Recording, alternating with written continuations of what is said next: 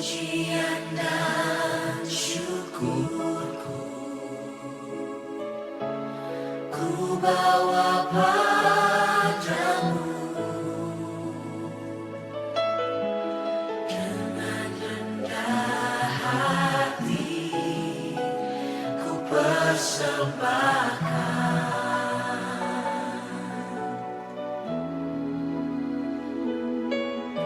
Sadar bila ku ada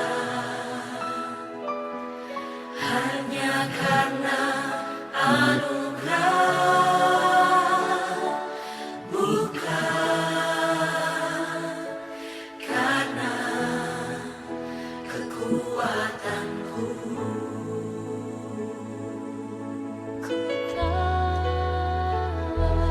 Ku tahu hidupku adalah penyembahan. Kau ciptakanku dalam kemuliaan-Mu.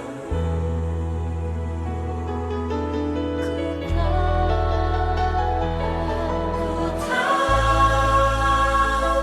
hidupku berharga di mata-Mu. Segenap hidupku persembahkan.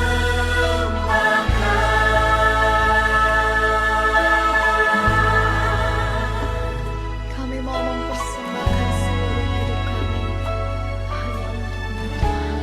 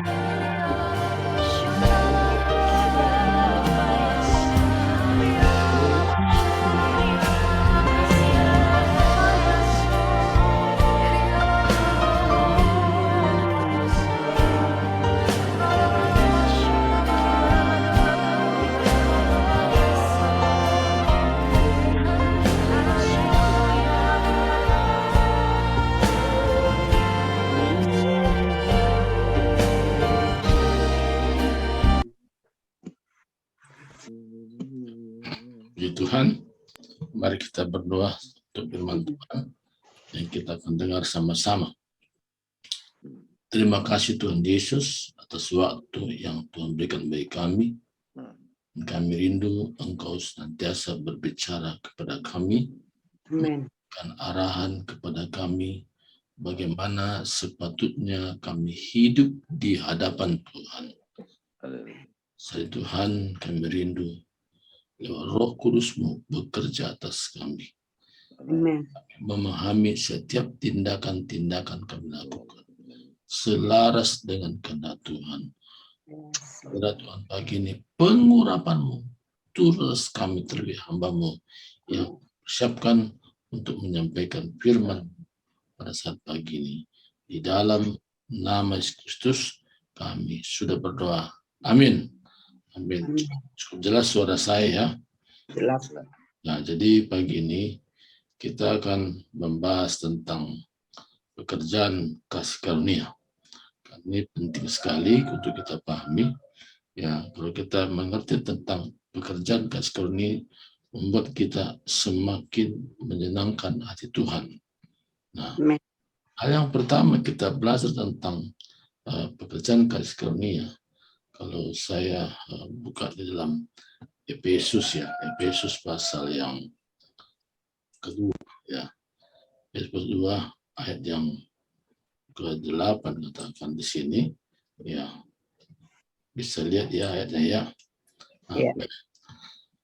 8 ayat 9.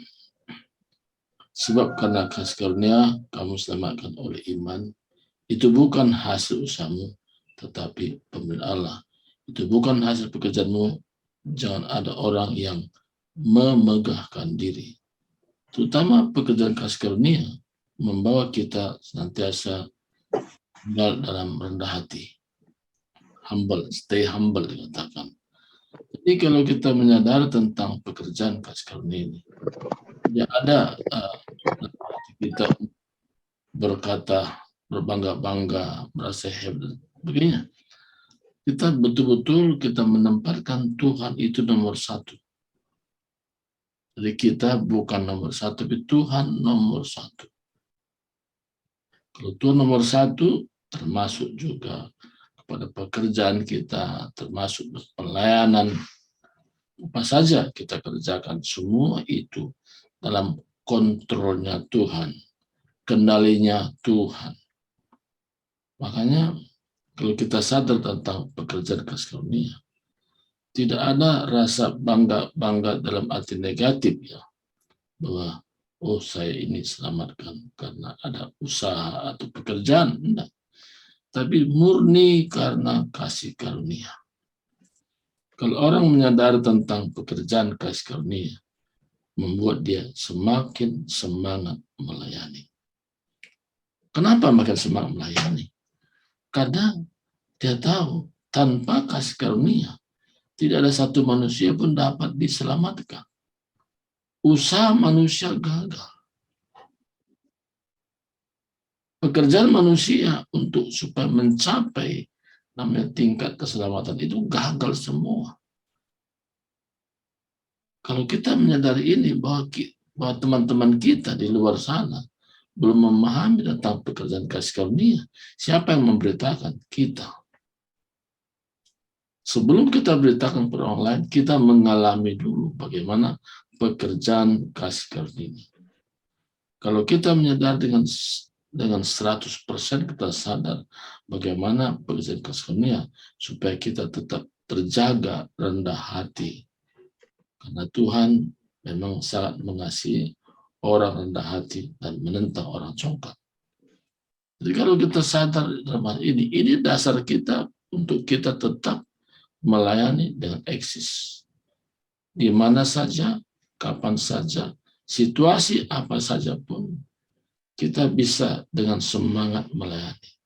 Karena kita menempatkan hanya oleh kasih karunia, saya dan saudara diselamatkan. Kekayaan kita nggak bisa membawa kita keselamatan. Harta benda, rumah mewah, jabatan, apapun yang kita miliki dalam dunia ini, tidak membuat kita menjadi orang yang benar. Kita dibenarkan oleh karena kasih karunia, yaitu beriman kepada Yesus Kristus. Jadi pekerjaan kasih karunia membawa kita supaya tetap tinggal dalam kondisi rendah hati.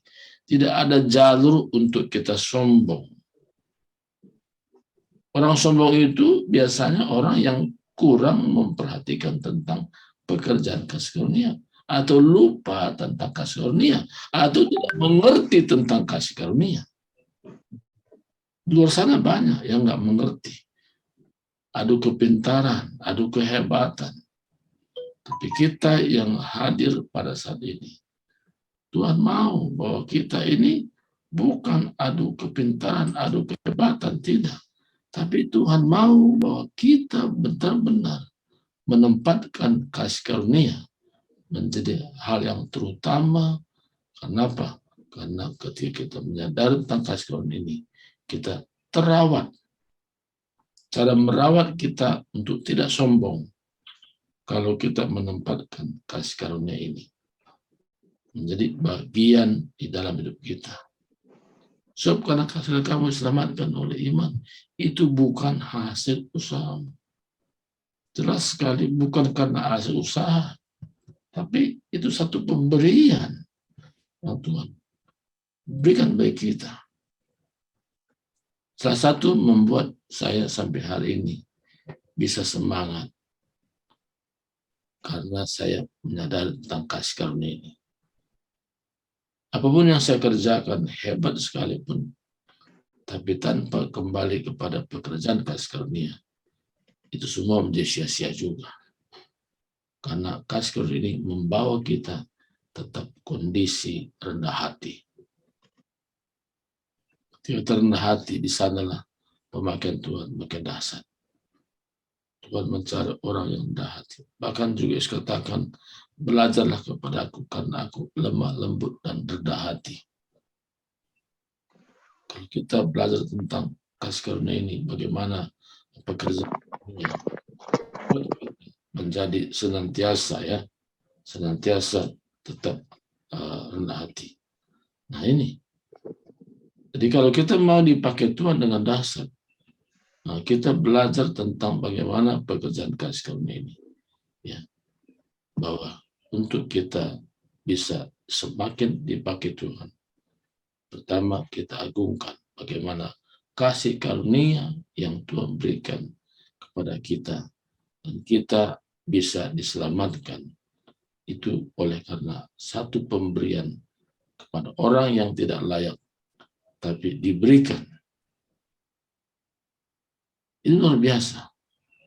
Nah, ketika terrenungkan ini dalam kitab penyembahan saja, kita sudah mengalami satu hubungan yang erat dengan Tuhan. Karena kita butuh bagaimana setiap saat kita menyembah Dia ada di dalam hadirat Tuhan. Karena itu satu kebutuhan kita. Bagaimana kita mengalami dalam hadirat Tuhan.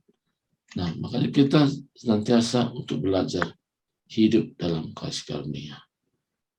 Yang kedua, apa pekerjaan kasih karunia, saudaraku? Yang kita perlu juga sadari. Ya, kasih karunia ini juga memberikan kita kemampuan untuk kita melayani lebih dahsyat lagi, lebih luar biasa lagi. Nah, kalau kita lihat dalam ayat firman Tuhan, dalam 1 Korintus ya, 1 Korintus pasal yang ke-15, saya buka ayatnya sini, pasal 15 ya, ayat 10 katakan di sini.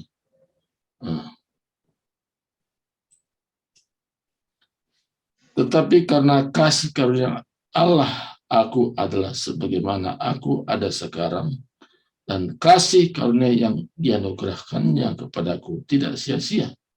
Sebaliknya aku telah bekerja lebih keras daripada mereka semua, tetapi bukannya aku, melainkan kasih karunia Allah yang menyertai aku. Jelas, saudaraku, bagaimana pekerjaan kasih karunia membawa kita untuk berkata, saya bisa melayani seperti ini, mungkin hebat menurut orang lain, tapi bukan aku, tapi kasih karunia yang menyertai aku.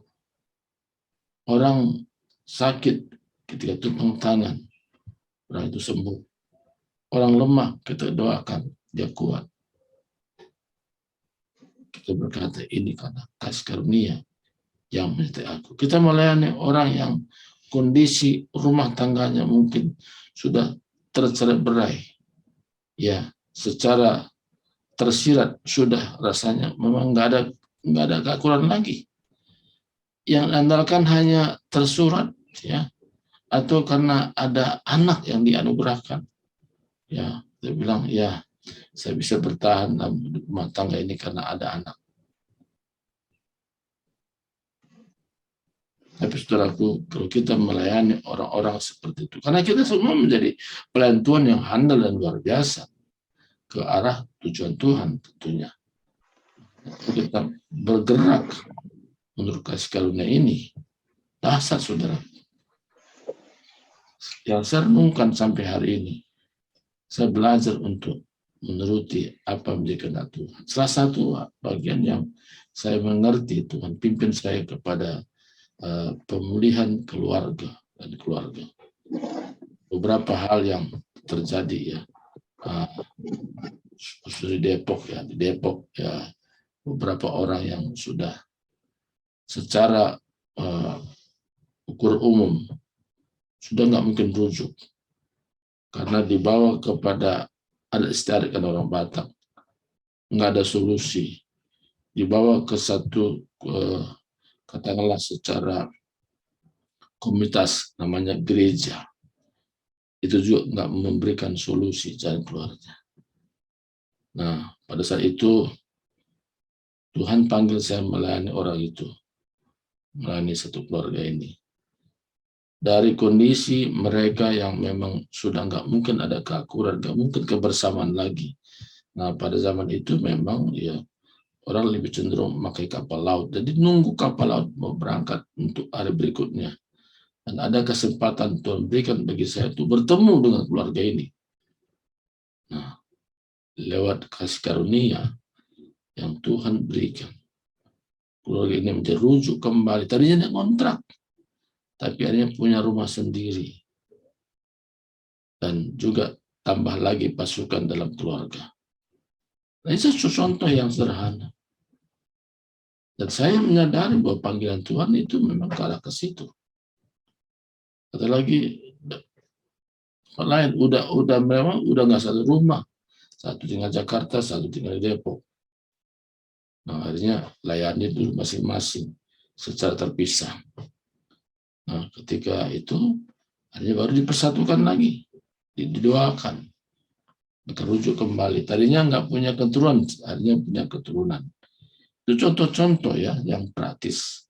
Maka kalau kita menyadari tentang kasih karunia ini, kita melayani itu indah. Indahnya di mana? Kita nggak usah pikir-pikir saya ke arah mana, enggak. Tuhan memimpin kita ke arah tujuan Tuhan, di mana kita belajar menyadarinya ke arah mana panggilan Tuhan saya di bawah Tuhan untuk melayani. Ada juga memang lewat pujian, dia memang pujian, main gitar, ini salah contohnya. Teman arti kata karena saya kenal, ya sang teman bahasanya. Jadi waktu dia menyembah Tuhan, petik gitar, nyanyi, itu yang mendengarkannya itu mengalami satu lawatan Tuhan. Dia bisa bertobat dan berkata, Tuhan ampuni saya. Kenapa? Karena hadirat Tuhan turun atas kehidupan orang tersebut. Jadi kalau kita melayani berdasarkan kasih karunia, kita berkata, ini bukan aku yang bekerja, tapi kasih karunia yang menyertai aku. Luar biasa, saudaraku. Nah, ini yang jadi kita nggak mau jadi seperti orang lain. Jadilah seperti diri sendiri. Be yourself. Nah, saya belajar untuk tidak mau jadi seperti orang lain. Tapi saya mau belajar seperti diri sendiri ke arah mana Tuhan pimpin dalam melayani. Yang ketiga, pekerjaan kasih karunia ini juga penting kita, karena kadang-kadang kenapa orang sudah mengalami bagaimana Roh Kudus bekerja, bahkan dia bisa juga berdoa berbahasa roh. Tapi ketika ada masalah, dia nggak tahu solusinya bagaimana. Nah, kita lihat dalam Ibrani, ya, Ibrani kita di sini, Ibrani pasal yang ke-12. Mungkin Ibu Tiar ada nggak situ Alkitabnya ya? Nah, biar sedikit ada itunya ya. Ibrani pasal 12 ayat 15 dikatakan. Ya, bisa Ibu Tiar buka mainnya sekaligus. Ya, Ibrani pasal 12 ayat 15, silakan Ibu Tiar ya. Ibrani 12 ayat yang ke-15 ya. Baik, demikian firman Tuhan. Jagalah supaya jangan ada seorang pun menjauhkan diri dari kasih karunia Allah, agar jangan tumbuh akar yang pahit, yang menimbulkan kerusuhan, dan yang mencemarkan banyak orang. Amin. Ya, amin. Jadi akar pahit itu bisa timbul kenapa? Menjauhkan diri dari kasih karunia. Kalau orang menjauhkan diri dari kasih karunia, sekalipun dia sudah menjadi orang Kristen lama, bahkan sudah mengalami yang namanya lawatan Tuhan dan dirinya, tapi dia tidak mengizinkan kasih karunia bekerja, bisa tumbuh akar yang pahit. Ini perlu ya kita mengerti, karena kalau kita tidak hati-hati, ya manusia bisa timbul akar yang pahit. Nah, kalau dia berikan tempat buat kasih karunia, dia akan terbebas dari akar pahit itu. Nah, kan akar pahit itu adalah mana orang itu punya masalah, tapi dia berupaya dengan kekuatannya lagi bekerja. Nah, kadang-kadang dia akur-akurkan, aduh masih sakit rasanya. Tapi kalau izinkan kasih karunia bekerja, dia sadari penghakiman itu bukan haknya sendiri, tapi haknya Tuhan. Tuhanlah yang berperkara. Diserahkan, biarlah Tuhan, aku tetap hidup dalam kasih karunia-Mu, sehingga tidak izinkan sedikit pun akar pahit yang tinggal dalam hati itu. Diizinkan, itu haknya Tuhan. Nah, kalau orang belajar tentang itu, saudaraku, hal pertama tadi, kasih karunia ini menuntun kita supaya tetap stay humble, rendah hati. Keselamatan itu adalah pemberian Tuhan. Dan kita menjaga dan memeliharanya, dan kita tidak mudah untuk terkontaminasi dengan kata orang, ya. Tapi kita tetap mengenalkan diri kepada Tuhan tentunya, yang menjadi pusat kita. Dan kita banyak bersyukur, kita katakan, aku tuh bersyukur Tuhan, karena saya diselamatkan hanya oleh kasih karunia-Mu yang Kau nyatakan kepada saya. Yang kedua, kalau kita melayani, ada pekerjaan Tuhan yang dasar kita layani, itu luar biasa terjadi, dan di luar daripada nalar kita yang pikirkan. Dan itu luar biasa, dan kita berkata, ini karena kasih karunia yang menyertai aku. Bukan aku Tuhan, tapi kasih karunia yang menyertai. Diberikan Tuhan. Yang terakhir tadi, kalau kita tetap menjaga tentang kasih karunia, tidak ada ruang untuk akar yang pahit. Tidak ada ruang untuk menimbulkan kerusuhan. Berarti kata membuat jadi problem, masalah. Tapi kita selalu mengarahkan kepada Tuhan. Pembalasan bukan hakku Tuhan, tapi hak-Mu. Dan semuanya diserahkan kepada Tuhan untuk hal itu. Ketika dia menyadari hal itu, dia tetap terjaga dari untuk tetap rendah hati, terjaga untuk dia mengatakan kasih karunia yang bekerja dalam diriku. Yang ketiga, dia terjaga dari terkontaminasi dengan akar pahit. Dia terjaga, terawat, saudaraku. Nah, saya bisa cerita ini karena ini adalah bagian yang saya terus kobarkan dalam diri saya bagaimanapun perkataan orang, saya tidak mudah terluka. Kenapa? Itu hanya dialah mau ngomong apapun terserah. Jadi aku hanya fokus kepada Tuhan. Amin. Saya hanya fokus apa Tuhan katakan. Kalau ada orang berkata nggak enak, saya anggap aja di cucu saya lagi sedang ngomong kepada saya nggak mudah tersinggung, saudara. Masih anak-anak dia rupanya, kan gitu ya.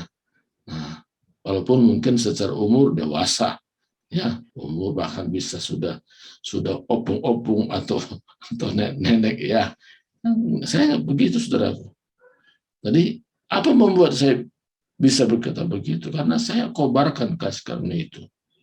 Nah, cara pandang saya begitu. Nah, sampai hari ini saya berikan pekerjaan kasih karunia. Luar biasa bekerja. Nah, saya melayani, walaupun orang nggak berterima kasih, nggak apa-apa. Nah, kan seringkali orang menunduk, ya udah saya tolong dia tapi nggak berterima kasih. Kalau saya nggak lagi ke sana. Saya bantu aja. Orang terima kasih tidak, nggak masalah. Nah, kenapa? Kasih izinkan kasih karunia yang bekerja, baik tentang keselamatan, baik tentang pekerjaan Tuhan yang makin dasar, yang ketiga terjaga dari segala akar pahit. Tuhan berkati, inilah firman Tuhan hari ini. Saya tidak panjangkan. Mari kita berdoa. Terima kasih Tuhan, hari ini kami bersyukur bagaimana pekerjaan kasih karunia dan diri kami Tuhan. Kami rindu bahwa kami terus berikan tempat yang luar biasa untuk kami terjaga dari kondisi keadaan sombong, tapi kami tetap rendah hati oleh karena kasih karunia kami tempatkan terutama dari segalanya. Dan apapun pekerjaan yang kami kerjakan, walaupun dasar orang lihat, tapi kami katakan itu karena kasih karunia. Kami tidak menerima itu jalur bagi kami untuk berbangga diri, tapi karena kasih karunia bekerja pada kami. Dan juga kami terjaga dari hal-hal yang membuat kami akar pahit. Kami juga kobarkan kasih karunia. Sehingga kami tidak mudah terlukai. Tidak mudah kami sakit hati. Tidak mudah kami rasanya lemah. Kenapa? Karena kami selalu memandang kasih karunia yang bekerja pada kami. Sehingga kami luar biasa dipakai Tuhan sesuai dengan panggilan Tuhan dalam diri kami. Tuhan, terima kasih. Namamu terbatas menyampaikan firman-Mu, tapi Roh Kudus bekerja pada kami masing-masing. Sehingga kami luar biasa dipakai oleh Tuhan ke arah panggilan Tuhan kepada kami masing-masing. Terima kasih Tuhan. Ini doa syukur kami hari ini. Di dalam nama Yesus Kristus, kami sudah berdoa dan bersyukur. Haleluya. Amin.